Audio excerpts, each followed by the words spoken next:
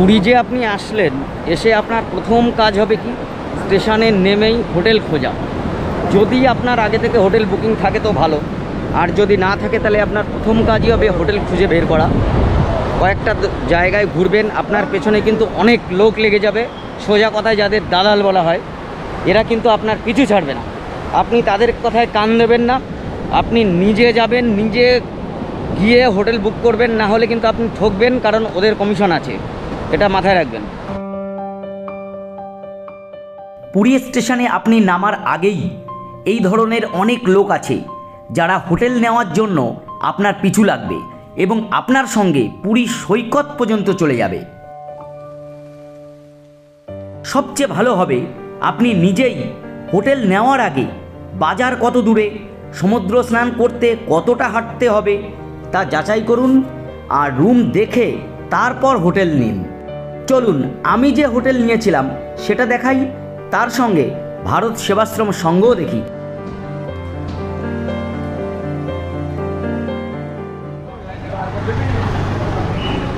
Hotel dolphin দেখুন, খুবই নামি দামি একটি হোটেল, মাত্র 500 টাকায় এখানে আপনারা রুম পেয়ে যাবেন। এই হোটেলেই আমি আছি দেখুন, হোটেল ডলফিন, বেশ কাছে, বাজারও কাছে, 500 টাকায় রুম। চলুন দেখাই।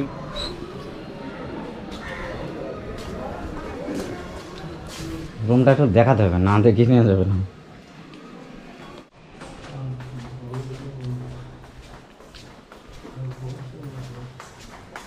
কোথায় দেখেন? দোতলায়? দোতলায় তো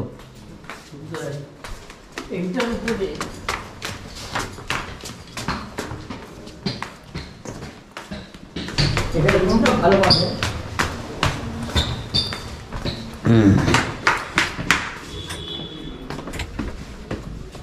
কজন থাকবে? কয়জন?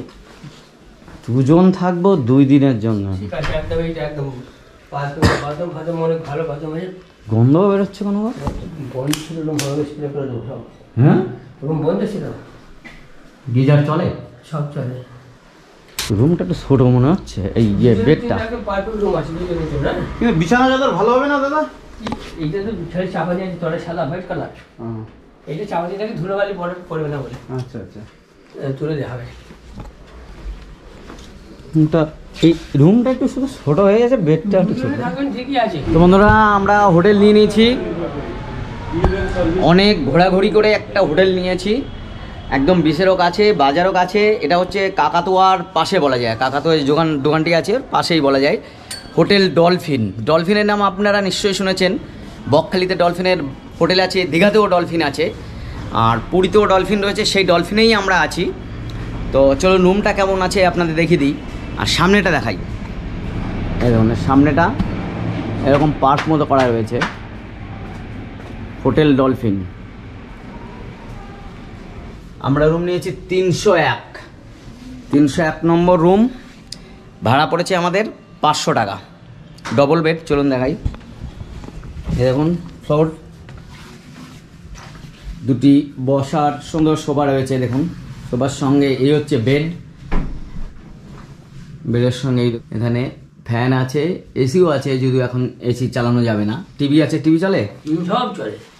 আচ্ছা, একটু টেবিল আছে দেখুন, আর এই হচ্ছে বেড। এখানে 3টি বালিশ দেওয়া আছে, মানে আপনারা 2 জন ঘুমোতে পারবেন, 3 জনও চাইলে ঘুমোতে পারেন।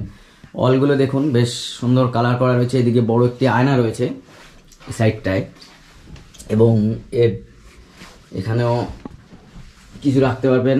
এবং এইখানে দেখুন ঘরের এই সাইডে বিরাট বড় একটি আয়না রয়েছে, 2টি আয়না বলা যায়।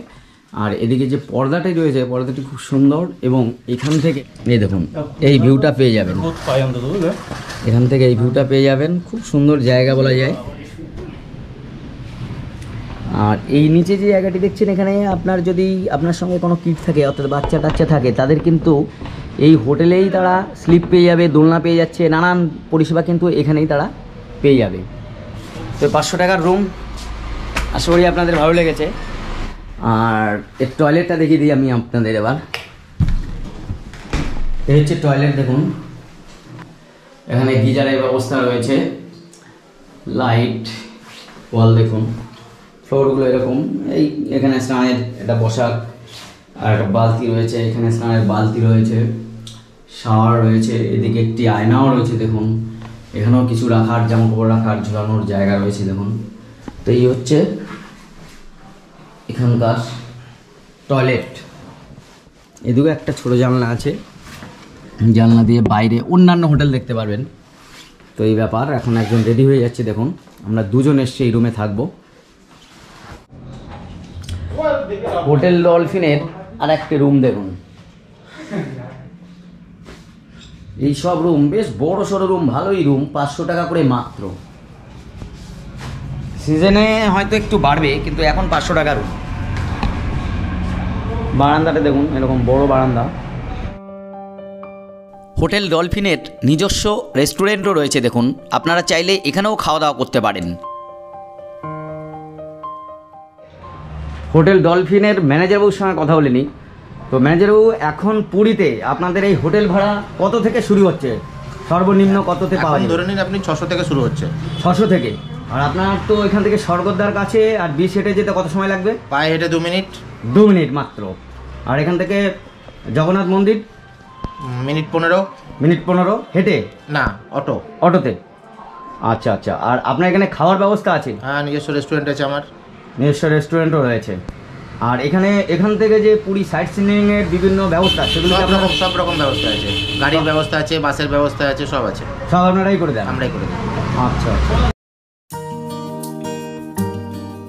আপনাদের মধ্যে অনেকেরই ইচ্ছা থাকে পুরীতে এসে ভারত সেবাশ্রম সঙ্গে থাকবেন, আজকে তাদের জন্যই আমি যাচ্ছি এখানে।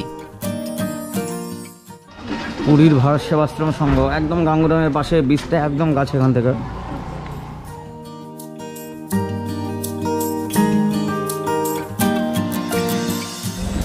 এর লোকেশনটা বলে দিই আপনাদের, ভারত সেবাশ্রম সংঘের একদম সামনে হচ্ছে সমুদ্র সৈকত, গাঙ্গুরাম মিষ্টান্ন, গাঙ্গুরাম যে খাজার দোকান আছে সেটা এদিকে আছে, আর এদিক দিয়ে চলে যাবে সোজা মন্দিরে, জগন্নাথ মন্দিরে।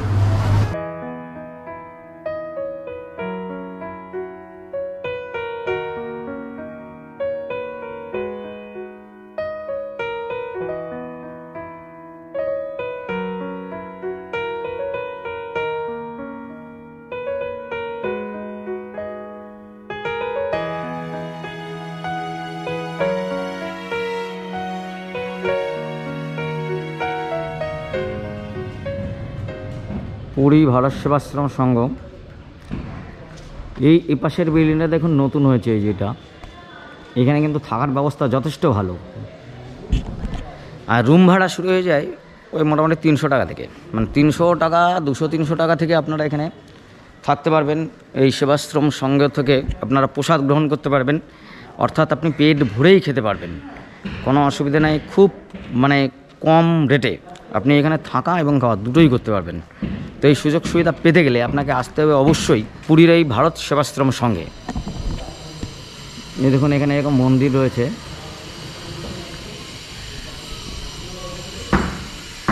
মন্দির এখন বন্ধ আছে, ভেতরে আমি ঢুকে দেখাচ্ছি না।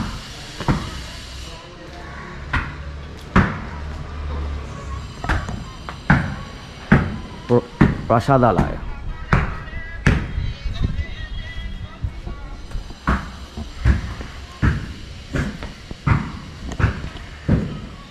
প্রসাদালয় অর্থাৎ এখানেই প্রসাদ গ্রহণ করা হয়, মানে খাওয়া দাওয়ার ব্যবস্থা যা হয় সব এখানে করা হয়। এগুলো আবাসিক, দেখুন এখানেও থাকার ব্যবস্থা রয়েছে।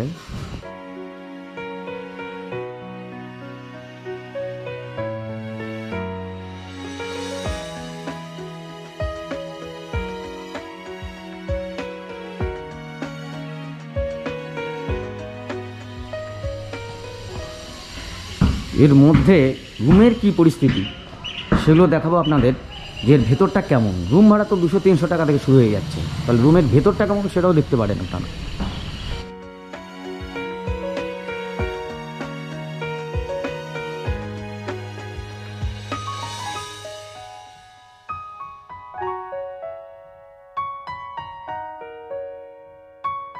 এগুলো এখনো ফুল ফোটেনি দেখছি, এখনো লেট।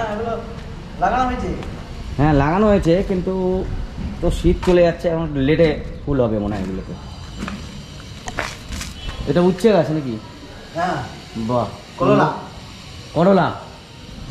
মহারাজ এখন কোথায় থাকেন, মোটামুটি এখন কোথায় আছেন?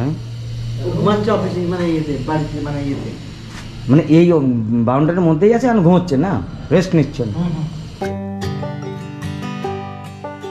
দুঃখিত বন্ধুরা, ভারত সেবাশ্রম সংঘের রুমগুলো আপনাদের আমি দেখাতে পারিনি ভেতরটা কেমন। আসলে মহারাজ ঘুমোচ্ছেন, যার জন্য এটা আর হলো না, দুঃখিত।